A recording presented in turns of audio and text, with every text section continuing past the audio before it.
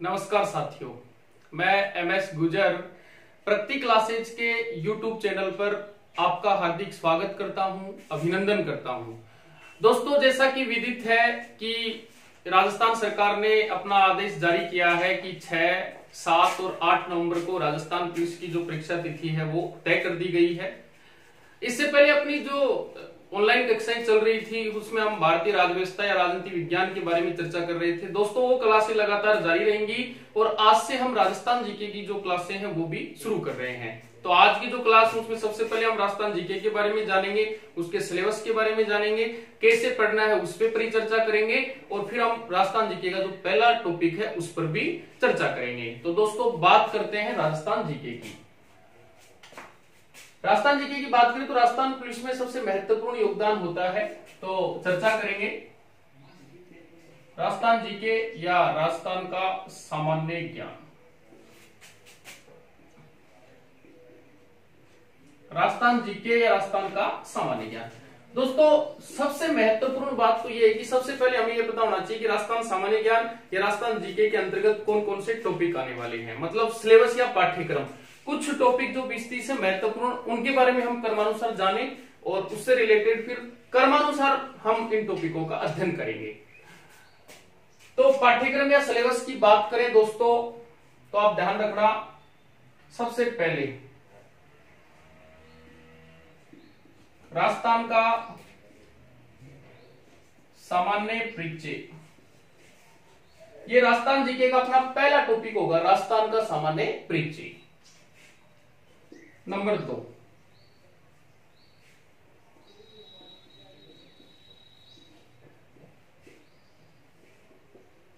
राजस्थान के भौतिक विभाग, 2 नंबर है।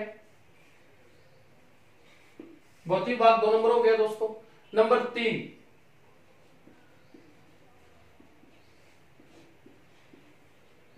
राजस्थान का अफवाह तंत्र। अफवाह तंत्र यानी कि नदियां जो 3 भागों में बटेंगी उनको अपन अलग अलग भागों में बांटेंगे और एक एक नदी का मतलब क्रमानुसार अध्ययन करेंगे। नंबर 4, ध्यान रखना दोस्तों, यह है राजस्थान की प्रमुख झीलें। राजस्थान की झीलें पढ़ेंगे नंबर 4। तो शुरू में 4 टॉपिक ज्योग्राफी के हैं, राजस्थान का सामान्य परिचय, राजस्थान के भौतिक विभाग, राजस्थान का अफवाह तंत्र और राजस्थान की प्रमुख झीलें। नंबर 5,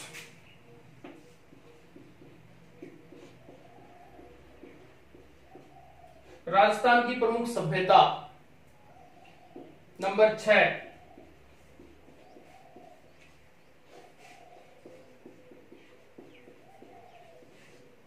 राजस्थान के प्रमुख किसान आंदोलन।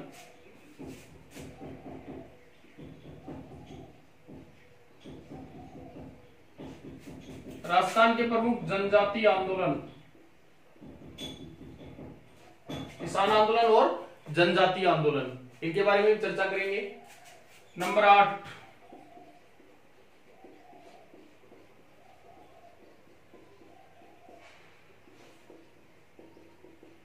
तो ध्यान रखना दोस्तों, राजस्थान की प्रमुख राजनीतिक संस्थाएं, ऐसी राजनीतिक संस्थाएं जिन्होंने राजस्थान में रियासतकालीन और भारत की स्वतंत्रता में महत्वपूर्ण योगदान दिया था।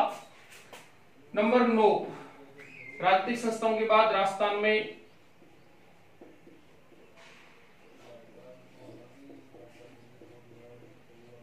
प्रजामंडल आंदोलनों पे हम चर्चा करेंगे। तो प्रजामंडल आंदोलन के बाद में नंबर 10 हम चर्चा करेंगे राजस्थान का राजनीतिक एकीकरण।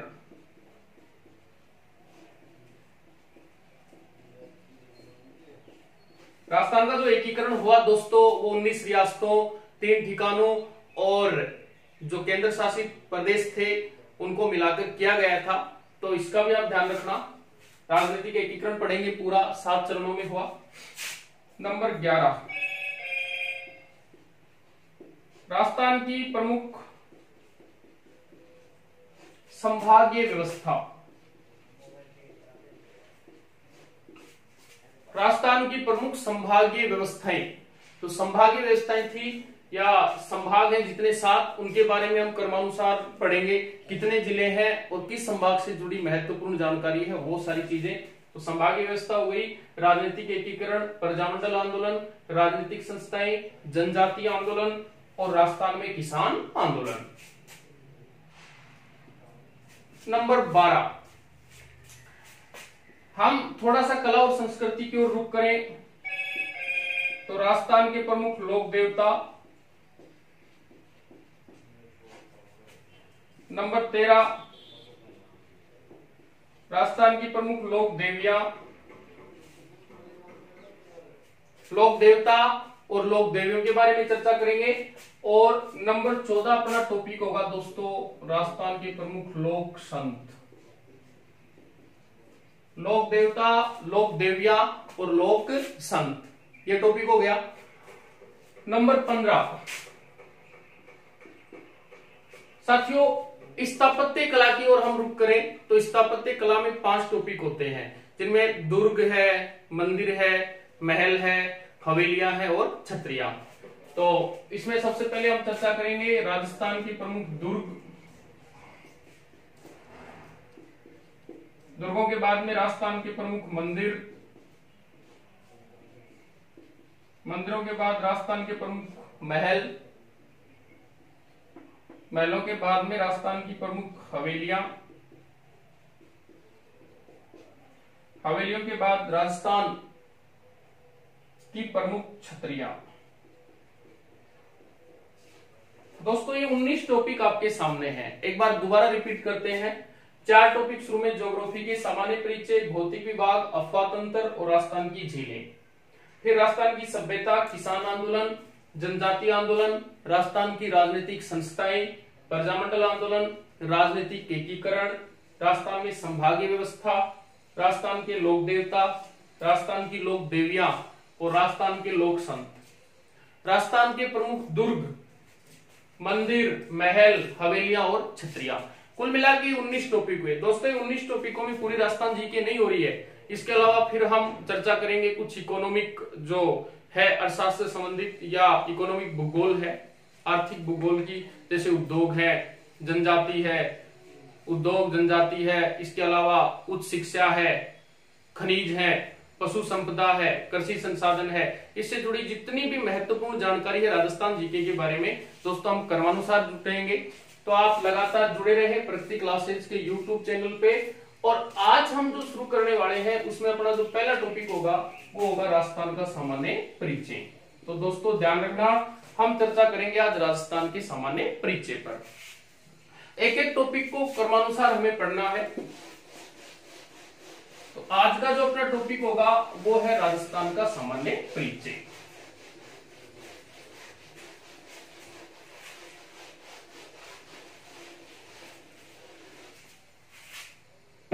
दोस्तों बारीक से बारीक जो बात उसका हम विश्लेषण करेंगे। तो पहला टॉपिक जो है वो है राजस्थान और राजस्थान का सामान्य परिचय।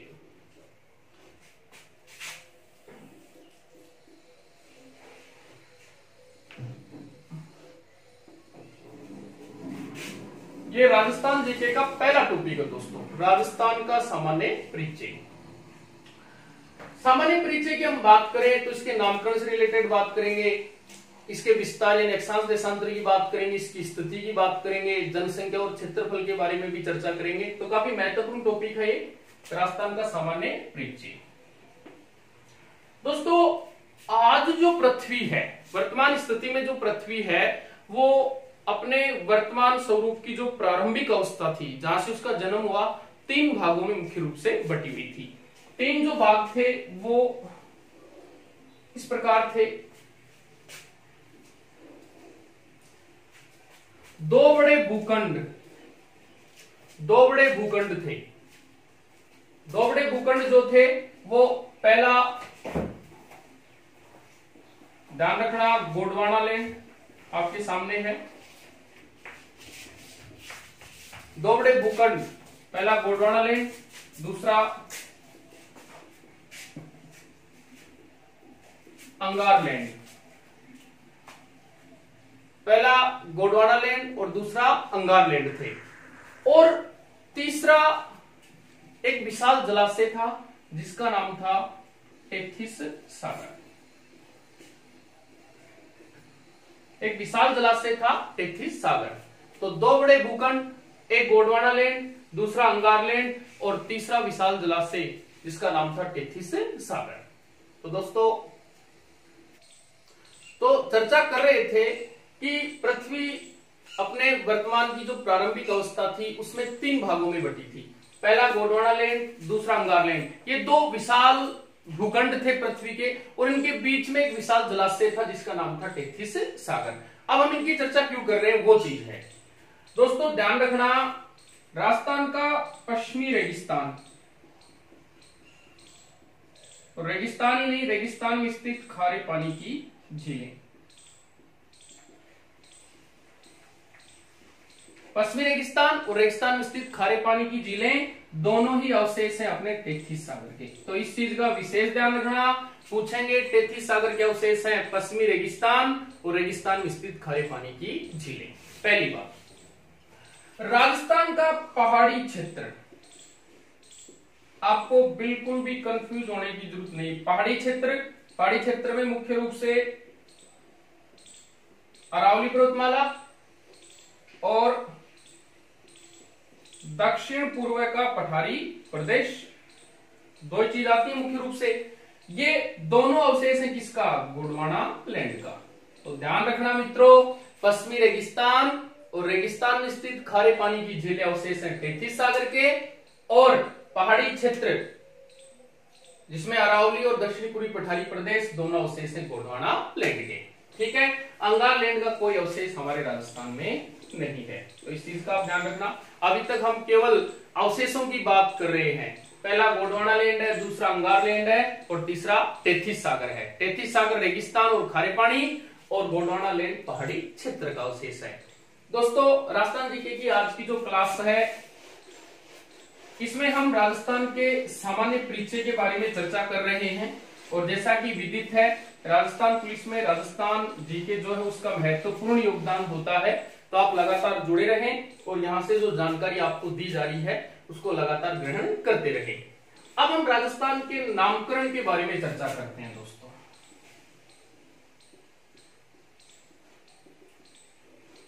राजस्थान के नामकरण की हम चर्चा करें तो सन 1800 में, सबसे पहले सन 1800 में एक विद्वान हुए जिनका नाम था जॉर्ज थॉमस। जॉर्ज थॉमस नामक जो विद्वान हुए उन्होंने क्या किया, इस प्रदेश को नाम दिया राजपुताना। राजपुताना नाम दिया, क्यों दिया? क्योंकि यहां स्थानीय राजपूत जाति शासन किया करती थी। तो दोस्तों क्रमानुसार आप समझना, सन 1800 ईस्वी में जॉर्ज थॉमस ने इसे राजपुताना नाम दिया। क्यों? क्योंकि यहां स्थानीय राजपूत जाति शासन किया करती थी। बिल्कुल, आमेर में कछावा वंशी राजपूत थे, मेवाड़ में सिसोदिया वंशी थे, गोहिल थे, मारवाड़ की बात करें तो राठौड़ वंशी हुए। तो ये सारे जो राजपूत थे, कुछ चौहान रियासतें भी हुई, वो भी राजपूत थे, चौहान वंशी। तो राजपूतों के कारण जॉर्ज थॉमस ने इस प्रदेश को नाम दे दिया राजपुताना।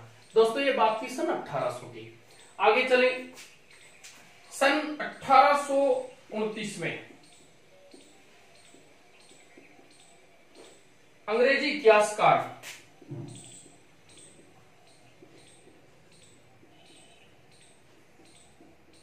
कर्नल जेम्स टोड, एक सेवानिवृत्त अंग्रेज अधिकारी थे, नाम था colonel James toad.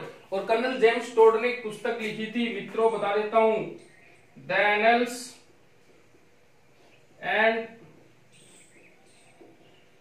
Antiquities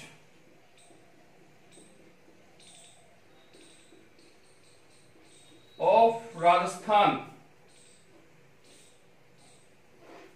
the annuls and antiquities of Rajasthan पुस्तक लिखी कब? 1829 में। और इस पुस्तक में इस प्रदेश के लिए जो नाम दिए गए वो कौन कौन से थे? ध्यान रखना, राजस्थान, रजवाड़ा और राजस्थान। तो इस पुस्तक में पहली बार कर्नल टोड ने इस प्रदेश को राजस्थान कहकर पुकारा था। बिल्कुल क्लियर है। पुस्तक लिखी the annuls and antiquities of Rajasthan, लिखने वाले कर्नल जेम्स टोड कौन थे? अंग्रेजी इतिहासकार, सेवानिवृत्त अंग्रेज अधिकारी थे, राजपुताने में नियुक्त किया गया था। 1829 में पुस्तक लिखी थी, नाम दिया था राजस्थान। दोस्तों कर्नल जेम्स टोड के बारे में जाने तो इन्हें घोड़े वाला बाबा और राजस्थान इतिहास का पिता भी कहा जाता है। घोड़े वाला बाबा भी कहते हैं और राजस्थान इतिहास का पिता भी इन्हें कहा जाता है। क्यों कहते हैं? एक विदेशी राजस्थान इतिहास का पिता कैसे हो सकता है? ये गंभीर मुद्दा है। दोस्तों मैं क्लियर कर देता हूं कि ऐसे पहले इतिहासकार हुए जिन्होंने राजस्थान की सामंती व्यवस्था के बारे में लिखा था। राजस्थान की खान पान, राजस्थान का जो संस्कृति है, इसकी कला है, इसका स्थापत्य है, इसका इतिहास है, यहाँ की जो मर्यादाएं हैं, उन सब के बारे में पहली बार लिखने वाला कौन था? Colonel James Tod. इसी कारण टोड को राजस्थान इतिहास का पिता कहा जाता है। दोस्तों ये जो पुस्तक थी the annuls and antiquities of Rajasthan आपके सामने, इस पुस्तक का पूर्व का नाम या पहले का नाम पूछा जाता है, दूसरा था। कौन सा था नाम? बता देता हूं।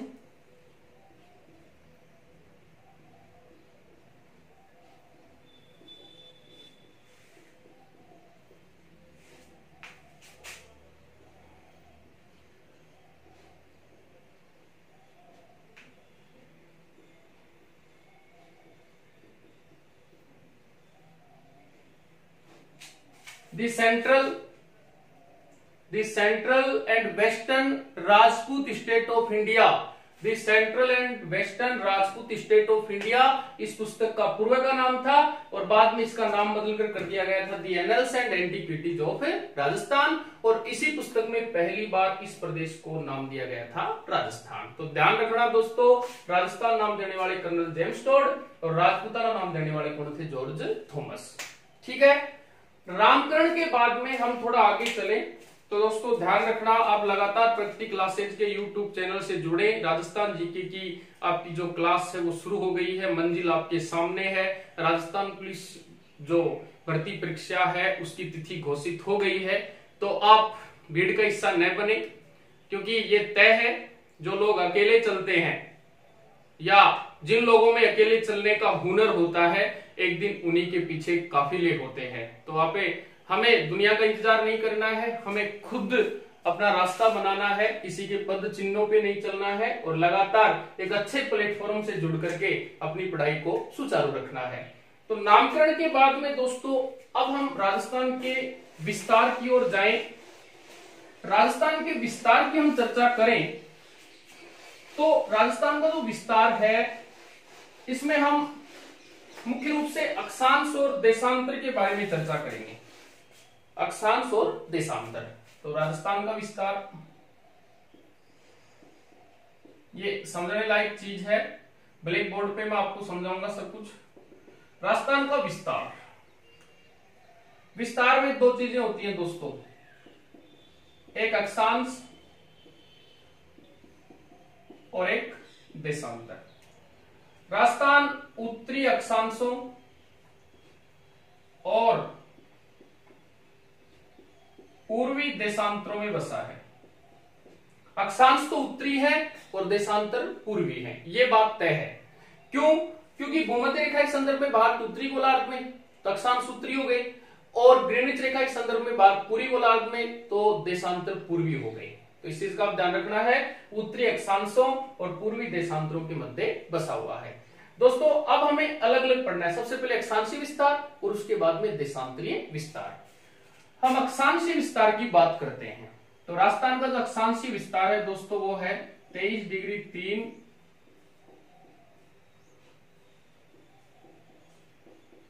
उत्तरी अक्षांश से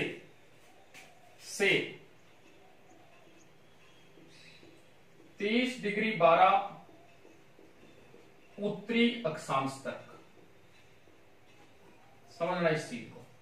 अपने पास दो मानक रेखाएं आ गई, 23 डिग्री 3 से शुरू हो रहा है और 30 डिग्री 12 पर जाकर के खत्म हो रहा है। तो दोस्तों अक्षांश की जहां हम बात करेंगे तो राजस्थान के दो छोर अपने पास आने वाले, एक दक्षिण और एक उत्तर। कैसे आएंगे सुनो। 23 डिग्री 3 उत्तरी अक्षांश है जो दक्षिण में बोरकुंडा बांसवाड़ा से उत्तर में कोणाग्राम गंगानगर तक है। समझे? कुछ दोबारा समझाता हूं। 23 डिग्री 3 उत्तरी अक्षांश बोरकुंडा बांसवाड़ा शुरू हो रही रेखा, 23 डिग्री 12 उत्तरी अक्षांश कोणाग्राम गंगानगर में जाकर के खत्म हो रही है। दोस्तों कैसे समझ में आएगी पूरी कहानी सुनो।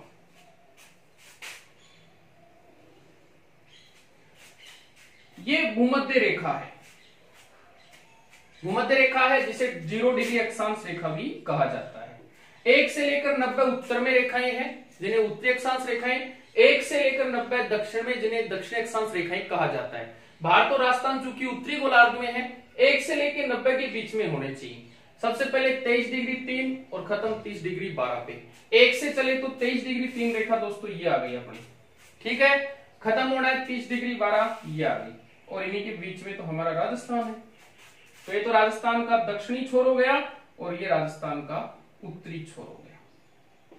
तो इस चीज का ध्यान रखना, राजस्थान का अक्षांश विस्तार 23 डिग्री 3 उत्तरी अक्षांश से 30 डिग्री 12 उत्तरी अक्षांश तक है, जो दक्षिण में बोरकुंडा बांसवाड़ा से उत्तर में कोणाग्राम गंगानगर तक है। तो सीधी सी बात है, अक्षांश अगर विस्तार या अक्षांशीय विस्तार की हम चर्चा करें तो 2 दिशाएं निकल के आती हैं, दक्षिण और उत्तर, उत्तर और दक्षिण। अक्षांशीय विस्तार के बाद में अब हम चर्चा करेंगे देशांतरीय विस्तार की।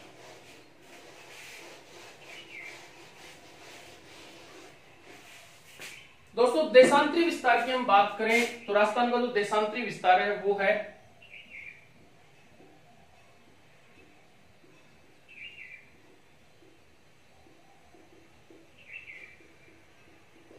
69 डिग्री 30 पूर्वी देशांतर से, पहले बताया देशांतर पूर्वी है, पूर्वी देशांतर से 78 डिग्री 17 पूर्वी देशांतर तक।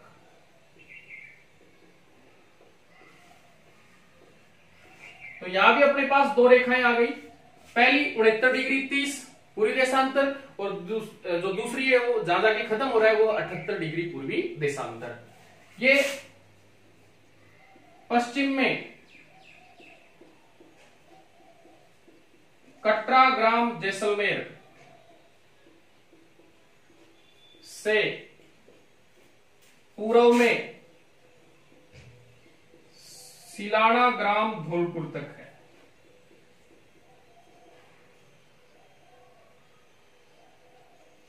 पश्चिम में कटरा ग्राम जैसलमेर से और पूर्व में सिलाना ग्राम धौलपुर तक है। तो दोस्तों इस चीज का विशेष ध्यान रखना, 69 डिग्री 30 पूरी देशांतर, खत्म हो रही है 78 डिग्री 17 पूरी देशांतर पे, जो पश्चिम में कटरा ग्राम जैसलमेर से पूर्व में सिलाना ग्राम धौलपुर। तो देशांतर में क्या क्लियर हुआ, पश्चिम और पूर्व। अक्षांश में क्या क्लियर हुआ, उत्तर और दक्षिण। तो अपने पास 4 दिशाएं, 4 जिले और 4 स्थान आ गए। इसका मतलब हमने विस्तार के ऊपर चर्चा कर ली। विस्तार में हम आगे चर्चा करें जो परीक्षा उपयोगी भी है और काफी महत्वपूर्ण भी है। दोस्तों बात करें राजस्थान के जो सीमावर्ती जिले हैं उनके बारे में हम थोड़ी सी चर्चा कर लें। ये राजस्थान के उत्तर, दक्षिण और पूर्व पश्चिम छोर की हम चर्चा करेंगे। दोस्तों ये दिशा है उत्तर और ये दिशा है दक्षिण, ये पूर्व और ये पश्चिम, ठीक है। यहां कौन सा गांव, कोणाग्राम, थोड़ी देर पहले बताया कोणाग्राम है, और कोणाग्राम कौन से जिले में है, गंगानगर में। समझना, हर चीज का हम बारीकी से विश्लेषण कर रहे हैं। राजस्थान जीके का पहला ही टॉपिक है राजस्थान का सामान्य परिचय, और उसमें हम राजस्थान के नामकरण के बाद केवल विस्तार पर ही चर्चा कर रहे हैं। तो कोणाग्राम गंगानगर हो गया। दक्षिण में बोरकुंडा बांसवाड़ा, बांसवाड़ा हो गया। पूर्व में सिलाना ग्राम धौलपुर हो गया, और पश्चिम में मैंने आपको बताया था कटरा ग्राम जैसलमेर हो गया। तो ये 4 स्थान 4 जिले और 4 दिशाएं अपने पास आ गई हैं। किससे आई? अक्षांश और देशांतर से। दोस्तों कोणाग्राम से और बोरकुंडा तक ये तो है राजस्थान की लंबाई, और सिलाना से कटराग्राम ये है राजस्थान की चौड़ाई। जो लंबाई है दोस्तों वो है 826 किमी, और जो चौड़ाई है साथियों वो है 869 किमी। यानी राजस्थान की लंबाई कम और चौड़ाई ज्यादा है। लंबाई 826 और चौड़ाई 869, और लंबाई और चौड़ाई में जो अंतर है वो 43 किलोमीटर का है।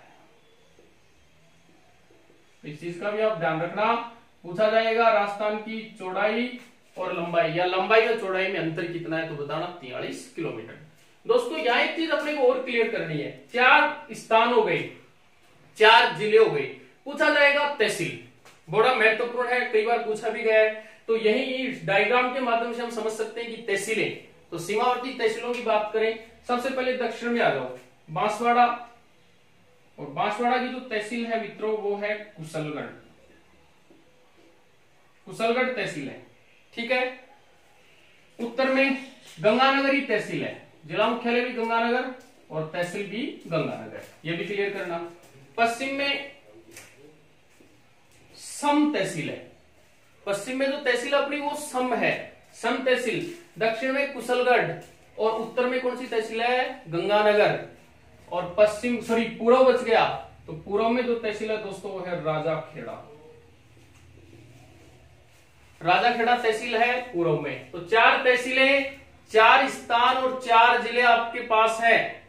लंबाई 826, चौड़ाई 869।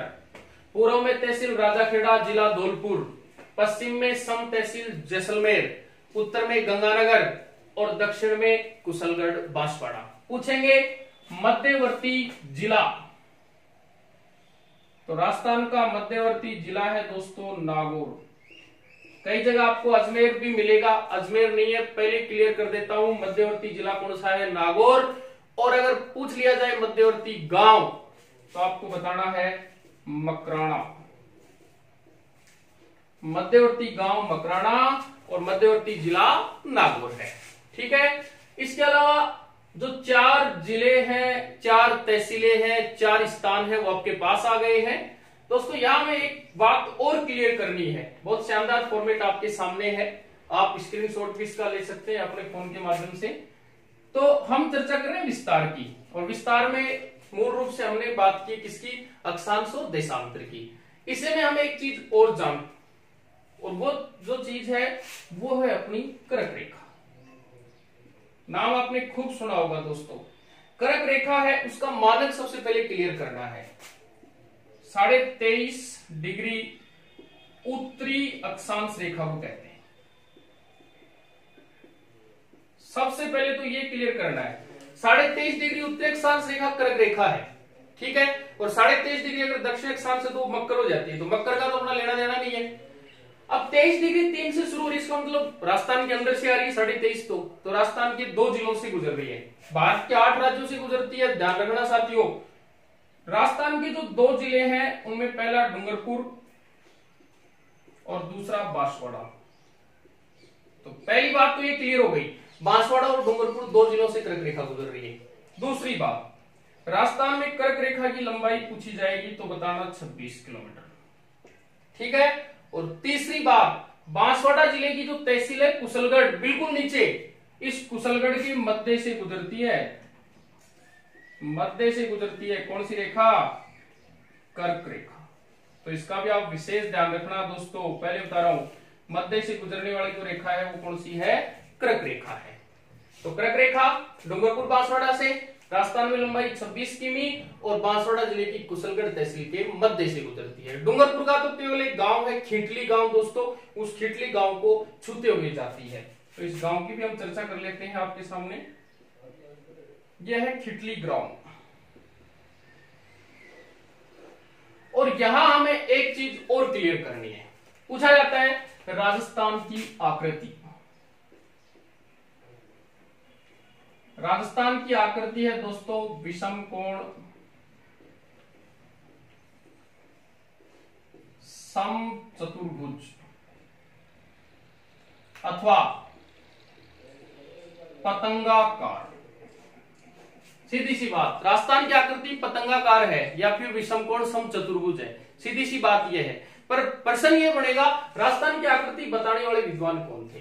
तो जो विद्वान थे आकृति बताने वाले मित्रों, उसका नाम था टी.एच. हैंडले। इस टी.एच. हैंडले ने सबसे पहले बताया था कि राजस्थान की जो आकृति है वो विषमकोण समचतुर्भुज अथवा पतंगाकार है। दोस्तों आज की जो क्लास थी इसमें मैंने सबसे पहले आपको राजस्थान जीके के बारे में बताया है, पूरा सिलेबस जो आने वाला है उसके बारे में बताया है, राजस्थान जो पुलिस भर्ती परीक्षा है उससे रिलेटेड महत्वपूर्ण तथ्यों के बारे में मैंने आपको बताया है। और सबसे पहले आज हमने शुरू किया है राजस्थान का सामान्य परिचय। सामान्य परिचय में सबसे पहले तीनों जो प्राचीन अवशेष थे, टेथिस सागर, गोंडवाना लैंड, अंगार लैंड के बारे में चर्चा की। राजस्थान के नामकरण पर भी हमने गहन चर्चा की और राजस्थान का जो विस्तार था उसको भी हमने जाना है। सामान्य परिचय में आगे राजस्थान की स्थिति है, राजस्थान की जनसंख्या है और राजस्थान का क्षेत्रफल है। इनके लिए हम अगली क्लास में मिलते हैं। तब तक के लिए आप घर में रहें, सुरक्षित और सतर्क रहें और प्रगति क्लासेज के YouTube चैनल से जुड़कर अपनी पढ़ाई को जारी रखें। धन्यवाद।